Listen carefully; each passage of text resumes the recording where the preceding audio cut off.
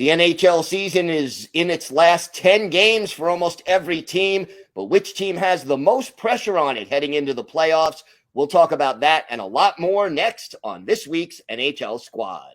You are talking puck with the NHL Squad Show, sponsored by Game Time. From the Oilers to the Stars, Golden Knights, and the Panthers, the Rangers, Avalanche, and yes, even the Maple Leafs. The Locked On Podcast Network brings together all its local experts to provide the scoops, breakdowns, and comprehensive looks at all the NHL, with plenty of trash talk to go with it. Don't miss the hard hits and glove-dropping hot takes on the Locked On NHL Squad Show. It's time to drop the puck. Gil Martin here. Welcome, everybody, to the NHL Squad. Sit back, grab your favorite beverage, and join us as we get you ready for another wild week across the NHL. We are part of the Locked On Podcast Network, your team every day. Today's episode is brought to you by Game Time. Download the Game Time app, create an account, and use code LOCKEDONNHL for $20 off your first purchase. I'm Gil Martin from Locked On Islanders. I'm joined today by Tom Callahan of Locked On Utah Hockey Club and the Mondo Man, Armando Velez of Locked On Florida Panthers. Gentlemen, great to have you on board today. We have reached April. This is it. Last month of the regular season. In fact, kind of the last half month, if you will. And one thing that I think is on a lot of people's minds as we get closer to the playoffs is which teams across the league have the most pressure on them heading into the playoffs. And Armando, since you are covering the defending Stanley Cup champions, how much pressure is there on Florida to repeat? I don't think there's as much pressure on the Florida Panthers to repeat. It doesn't mean there's not pressure for them whatsoever, but hey, they've proven themselves. And right now with kind of the injury situation for them, they're kind of hobbling right now, and they haven't had a regulation win since they defeated this one team that in regulation just a few weeks ago that I'm about to mention of who actually has pressure. And it's the Toronto Maple Leafs. The last Panthers regulation win came on March 13th against those same Maple Leafs. And for the whole situation with Toronto, it's the fact that Mitch Marner is a free agent. John Tavares is, although he's probably going to take less money, he's a 30-goal scorer for the Toronto Maple Leafs this year as well. They finally have a tandem in Joseph Woll and Anthony Stolarz, a coaching change, which their style of play has changed. Although they're maybe not the most flashy, entertaining as they were under Sheldon Keefe, there's a lot of pressure on the Toronto Maple Leafs in order to win more than 2 rounds for them. And if they don't even win a single round, I think Mitch Marner is as good as gone. I'm going to put the New York Rangers up there for them as well, for maybe a coaching change that could happen. Could they bring John Tortorella back to New York City? And another one, I'm going to go out west. I'm going to go with the Vancouver Canucks, who was 1 game away from advancing to the Western Conference Final, and then the regression from that to just being on the playoff bubble for them. The injuries to their goaltender, the JT Miller, Elias Pettersson drama that happened throughout the season, the whole Rick Tocchet being connected to the Philadelphia Flyers as well. That's the pressure, the 3 teams that I feel the most pressure when it comes to making the playoffs or actually doing something in the postseason. So, Armando, let me ask you, I want to dig into this. You say there's not a lot of pressure on the Panthers to repeat. Is that because of the sense of the injuries around the team right now? Is it kind of, all right, we'll figure it out once everybody gets healthy? Or why are you saying there's not as much pressure to repeat? I'm curious. I would say that there's not a lot of pressure to repeat because it's the fact that they've already done it already for them. So it's not as much national pressure. Maybe internal pressure there is for them because they have a lot of decisions coming up for what's going to happen with Aaron Ekblad and Sam Bennett. They're going to have to keep one of them, but they cannot keep both of them. So this might be, and the reason why Bill Zito went after the Brad Marchands of the world, a backup goaltender in Vitek Vanacek, Nico Sturm, who's a Stanley Cup champion with the Colorado Avalanche. It's more internal pressure for them that they feel as opposed to national pressure for them. And I'm just mostly talking from a national perspective when it comes to that. As far as the Maple Leafs are concerned, here's a team that hasn't won a Stanley Cup since 1967, hasn't been to a final since 1967. Note to everybody, there were 6 teams in the NHL the last time the Toronto Maple Leafs won a Stanley Cup, and now there's 32 teams. You talked about Marner and Tavares and sort of that window possibly closing on them. How big is the pressure? I mean, Tom, how tough would it be to be a Maple Leaf right now? Well, I grew up 90 miles from that media market, and I can tell you it's insane at the best of times. That is, I mean, even when the Blue Jays were winning World Series in the early 90s, that was nice. But all the talk, all the time, was about Toronto Maple Leafs. How are they going to do this? So the pressure is intense. And as you mentioned, so there's been a couple of interesting things along the road to this, right? Remember how awful this John Tavares contract was in the beginning, according to everybody. And they decided to keep him, interestingly enough. And I think he's been a very underrated part of it, but he had to deal with that pressure in the beginning. And then Austin Matthews, well, why isn't he scoring 174 goals this year? Well, he's got to deal with that pressure. Mitch Marner is always being traded. What's going on with him? They've signed some bad goaltending contracts, right? I mean, we remember the Jack Campbell fiasco. Like, they have really struggled, and now they're like, oh, Joseph Wool's the man if he's healthy. So Toronto has so much pressure on it right now. And if you look at how bunched up, and Armando, you know this, how bunched up the top of that division is. Yeah. You know, Tampa could do it. Florida could do it. Leafs could do it. Does it matter to them to win the division? I think there's even pressure to do that. But this team has got to show at some point they can hold a 3-1 series lead. They've got to show that they can score enough goals to get past an opposition when their goaltending isn't great. But they also, conversely, need great goaltending. And the defense is always under question. So, Gil, to me, I mean, what isn't pressure in Toronto right now? Probably out of all the markets in the NHL, the most pressure is on the Leafs. And I think first place is important because you come in second place, you're going to face one of the 3 teams that are contending for that division. You come in first place, you're probably getting Ottawa in the first round. And no disrespect to Ottawa, but they are not in the same class as of right now as Florida, Toronto, and Tampa Bay. But they have Ullmark, and if Ullmark gets hot, he could steal you a series. They improved at the deadline. They picked up a Dylan Cousins. Like, Ottawa's sneaky better. Do not look past Ottawa. I'm not looking past them, but if you give me a choice out of those 4 teams who I want to play, Ottawa would be my first choice. Yeah. There's almost no good opponent, right? Right. Yeah. Well, it's the playoffs. Yeah, and it's crazy. A week ago, even before the Panthers started falling behind in the division standings, which we're recording this on a Monday, the thing is that of all the 3 teams fighting for the top, the one who has the biggest advantage is the Tampa Bay Lightning, actually, because they have no sets of back-to-backs the rest of the way, while both the Toronto Maple Leafs and the Florida Panthers have multiple back-to-backs the rest of the way. The Florida Panthers will have 2 sets just this in the next 6 days alone for them. So it's it's going to be a scratching and clawing to the finish. And the thing is that these teams all play each other. The Panthers played the Leafs twice and the Tampa Bay Lightning once before the end of the regular season. So it's going to be earned. It's going to have to be earned for the top of the division for them. And then you're going to get those dreaded 3-point games in there where it goes to overtime or it goes to a shootout and both teams end up with points. How about the 2 teams in the Metropolitan Division that I sort of wanted to contrast? You have the Washington Capitals, who have surprised everybody with their success this year. And then the Carolina Hurricanes, who always seem to be in the mix, but never seem to be able to finish and win the cup in recent years. How much pressure is on each of those teams as we head down the stretch? I feel like Washington's the ultimate example right now of we're not supposed to be here.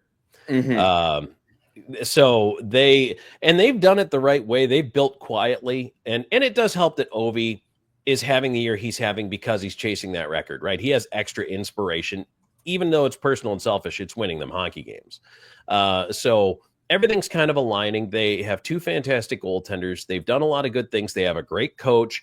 They have a system everybody's bought into. They're having a year that every time I look at the standings, I can't believe it. But I don't think there's as much pressure on Washington because they're not supposed to be here. I think there is a ton of pressure on Carolina. That is a team that, let's be honest, every year people nationally, not just, locally, are picking them maybe first, maybe second. Yes, a deep cup run. Look at this roster. How could we not make a difference? We went out and got this guy. We went out and got that guy. Things don't seem to work out. Players don't stay, Jake Gensel. I'm wondering what is going on in Carolina.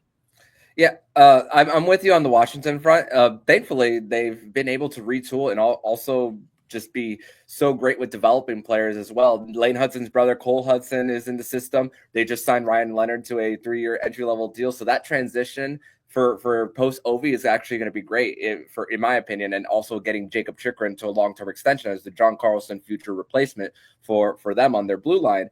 But when it comes to Carolina, aren't they exactly where we thought they were going to be at the beginning of the season based on everything they lost? And then there was that quick spurt of getting Mikko Rantanen into the mix and then him not wanting there and then right back to square one when it came to that. So I think Carolina is exactly where we thought they were going to be. And the thing is, they're multiple points behind Washington, but multiple points ahead of New Jersey. So they're kind of like locked in and just in this middle in when it comes to the Metropolitan Division. And honestly, I would be surprised if they represented the Metropolitan Division in the Eastern Conference Final based on the Capitals' lack of experience with their role players outside of Ovechkin and Tom Wilson. But I just think that when it comes to Carolina, as far as like winning it all, I don't see it. I don't see it for them. But they do have a lot of expiring contracts coming off the books, and it's mostly guys in their 30s that are going to be coming off. Orlov, Brent Burns, Jordan Staal. So they're going to be able to use their cap space in order to get younger guys into the mix. So I think this was always going to be a gap year for the Carolina Hurricanes. We shall see how that plays out as we head down the stretch. Lot more to talk about here on the Squad Show. Other teams facing a lot of pressure or a little bit of pressure or maybe playing with house money. We'll break it all down next on the NHL Squad.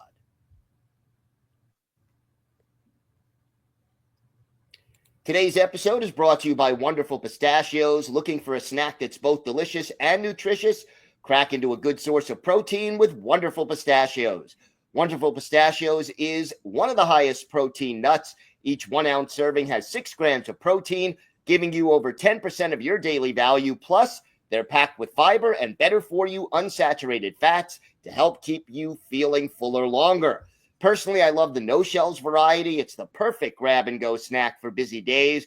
Whether I'm snacking at my desk, on a road trip, or just need a quick protein boost, they're always my go-to. And if you love cracking open every shell for that satisfying crunch, the in-shell options are a classic favorite. So get snacking and get cracking with the snack that packs a protein punch.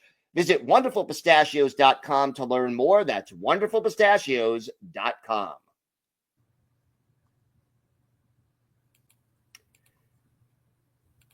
So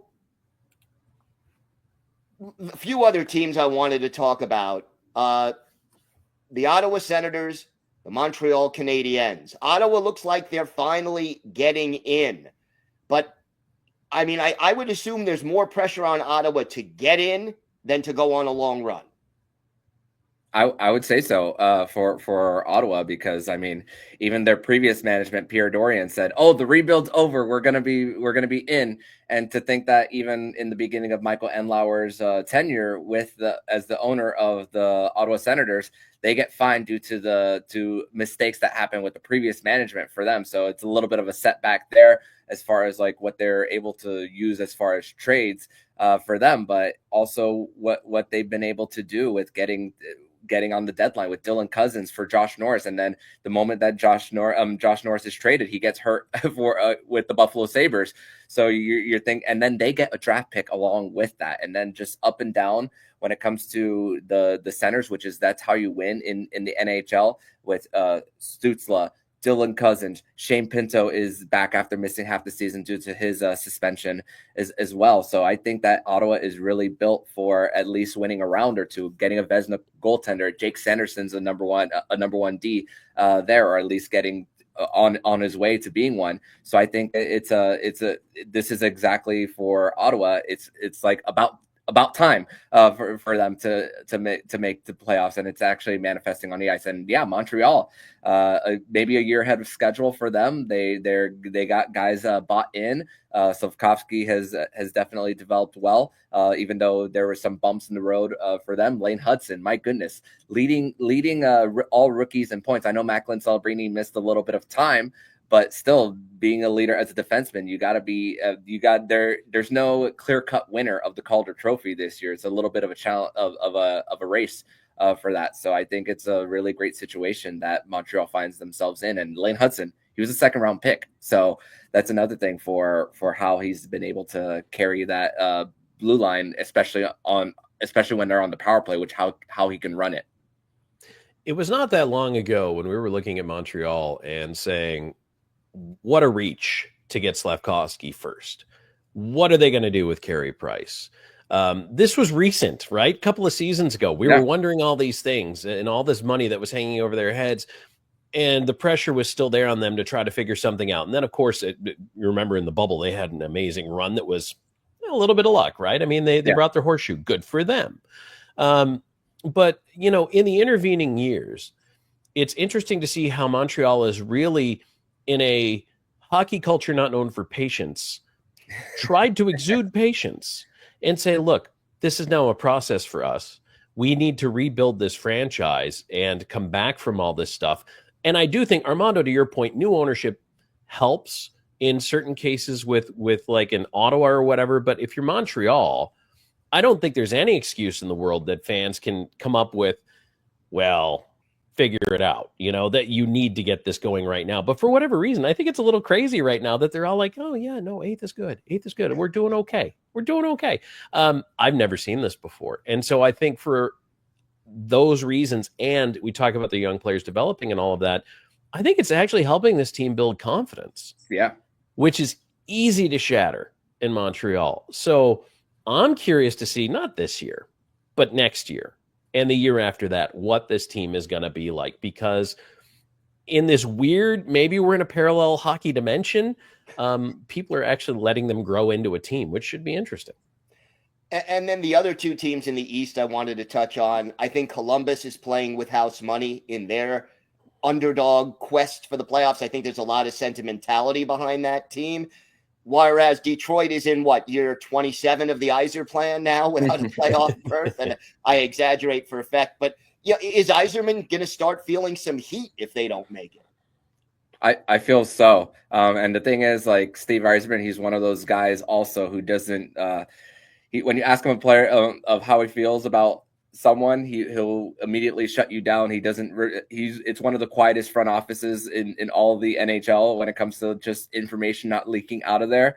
But he's also not going to give you an expectation on where he thinks a team is going to land. And that could be frustrating for fans. And there may be a lack of transparency when it comes to the direction of the team. But I mean, it's a beautiful arena that they have, and they still haven't hosted a playoff game there. I mean, thankfully they've gotten a bump, especially on special teams with Derek Lalonde being back in the mix. But you got to also find a way to win these games at 5-on-5, which has been a real big struggle for the Detroit Red Wings. And I think for the Columbus Blue Jackets, it's just it's not that the thing is for them is you eventually run out of gas for them, and there was a big emotional boost, especially from the Stadium Series at the Horseshoe, but it felt like they put a lot of that emotion there, and it was hard for them to maintain it after. So that I feel like for them, they're just running out of gas. But hey, Zach Werenski's having a great season. Elvis Merzlikins is the number one goaltender, but I just think when it comes to the other teams in front of them, I think it's going to be too much of a hill to climb. I want to give Columbus credit for being a better team than I think people thought they were, especially in the wake of off-season tragedy and coming in. They could have easily fell right to the bottom and no one would have blinked an eye. Yeah. So I give them organizationally a ton of credit for even being where they are. But would I peg them a playoff team? No. And I think they've overachieved a bit this year, and it's something to build on. When it comes to Detroit, I think it's interesting that we kind of cast an eye at teams that miss on signings and wonder, okay, and it seemed like Yzerman never missed before, right? But all of a sudden now in year 74, I think, Gil, not 72, of the Yzer plan, we're at a point where it seems like you're missing on signings you need to nail, like a Ville Husso. Things like that you need to absolutely get right in order to advance the team, and they're not. And it's setting you back sometimes a season when you don't get these things right. So that's why I think patience in Detroit is going to start to wear thin, even for an organizational great like Steve Yzerman. And here's the other thing. The fact that, as Armando pointed out, he shuts everybody down, doesn't tell you what he's thinking, the whole thing shrouded in mystery. Guess who doesn't like that? Fan bases. They hate that. It's just information abhors a vacuum. It's like, there's going to be talk then. There's going to be questions. There's going to be all this stuff. And when there's no answers coming from the top, people are going to invent their own. They are. And Steve Yzerman may not like the answers that people end up inventing. So we'll see how that plays out. Little pressure, though, in Motown right now for the Detroit Red Wings, who have missed the playoffs. What did they make it? 25 years in a row. And now they've missed it. I think it's 7 or 8 years in a row. So it's been a long time by Detroit Red Wing standards. All right, the Western Conference. Who feels the pressure out there? We'll get to that and more coming up on the NHL Squad.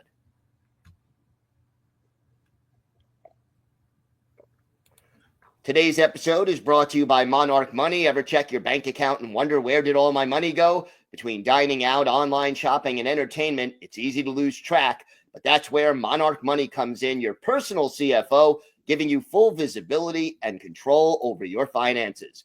Monarch Money isn't just a budgeting app, it's a complete financial command center. You can track all of your accounts, investments, and spending in one place, so you stop just managing your money and start building wealth.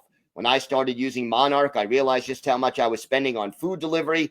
Now I budget smarter and save more. Instead of juggling multiple apps, you can use Monarch to check your finances, track spending, and even plan long-term goals. Take control of your finances with Monarch Money. Use code LOCKEDONNHL at monarchmoney.com for 50% off your first year. That's monarchmoney.com, code LOCKEDONNHL for half off your first year.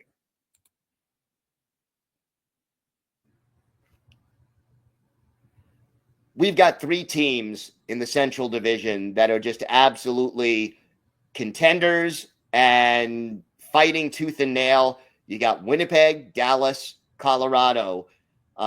You add the whole Mikko Rantanen drama in it, and there's a little bit more juice maybe even than normal to this rivalry, especially Dallas and Colorado.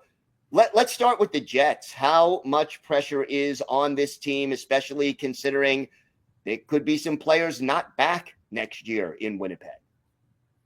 Winnipeg is interesting, Gil, because they've been under pressure since they got there, quite frankly. They were initially told, I think there was patience in years 1 through 4, which I remember when they came in. I was still with Nashville then. There was patience for them to get the ball rolling, get things going. And right about year 5, people started to go, okay, it's time to win a cup. But that's the kind of pressure that's been there since then. This year, when you're having the regular season you have, in my opinion, the best goaltender in the NHL. You have really good depth up front. You have a really nice defensive core. But look, we've talked about it this whole show. Teams face decisions every year on big-time names. But this is the year of all years for Winnipeg to get it done, because they seem to be able to handle anything thrown at them. They've gone about their business. They are one of the best defensive teams in the league. They have pretty darn good 5-on-5 scoring. They have a pretty good special teams. Everything seems to be together right now. And I think that anything less than showing up in the Stanley Cup final and hoisting that cup is labeled a crushing disappointment. Yeah, it's funny because after Aaron Ekblad got suspended, and even after the Seth Jones trade, I was looking at one of the defensemen that the Panthers could sign in the offseason. One of them was Neil Pionk. He's going to be a free agent for the Winnipeg Jets. So that's also a player that could possibly be gone if they don't advance further in the postseason. And this is since 2018, since they made the Western Conference Final, out in the first round, second round sweep against the Montreal Canadiens in the shortened season. Didn't make the playoffs.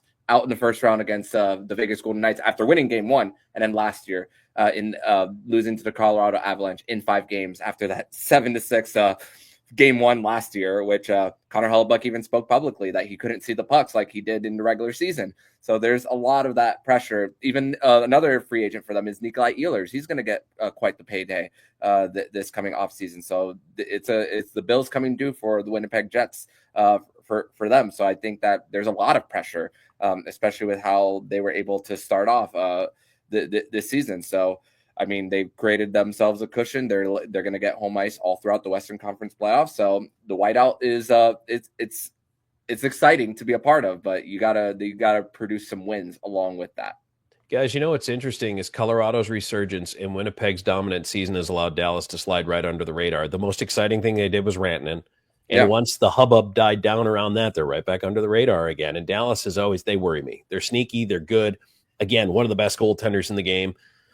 They're primed, and I think they will catch teams unaware, which is weird to say about the Dallas Stars. I feel it's all going to depend on if Miro Heiskanen is even going to play because there's also talk about whether he's actually going to play, whether or not he's actually going to play in the first round. And I know that the Dallas Stars haven't necessarily had the best record since they traded for Mikko Rantanen, but you know, the playoffs are a whole different season. And my goodness, you got to give a lot of credit to the Colorado Avalanche of how they've remade their roster from night 1 all the way to now, switching up their goaltending, getting a middle 6 center in Brock Nelson, bringing back Eric Johnson, a 7th defenseman for them, who was part of their Stanley Cup run just a few years ago. So Marty Necas, who is exploding at the beginning of the season with the Carolina Hurricanes, which I want to make a correction from my first segment. Jordan Stahl's contract does not expire, by the way, this coming season. There's another season after that. But still, for Colorado to turn over the roster the way they did, they're one of those teams where I don't think they have to have home ice advantage in order to go into another barn and win consistently in the postseason. One team you touched on, Armando, earlier was the Vancouver Canucks. Vancouver, Calgary, both right now on the outside looking in, but still in the hunt. Which team has more pressure and why? 6 points behind for Vancouver, 7 for Calgary, and once again it's the Canucks with how they got with 1 game away from the Western Conference Final last season and all the drama.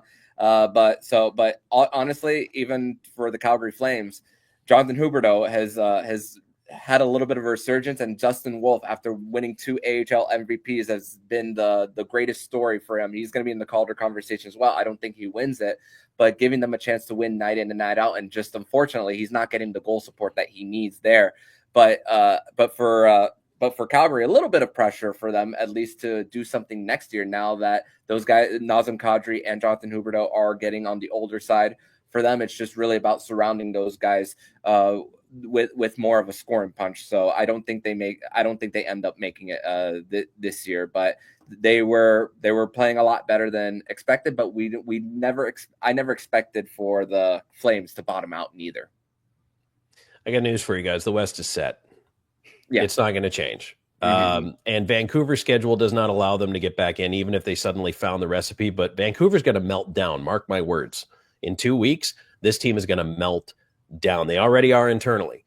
And externally, the pressure cooker is finally going to blow. So, that's the pressure is on them, but it's too late.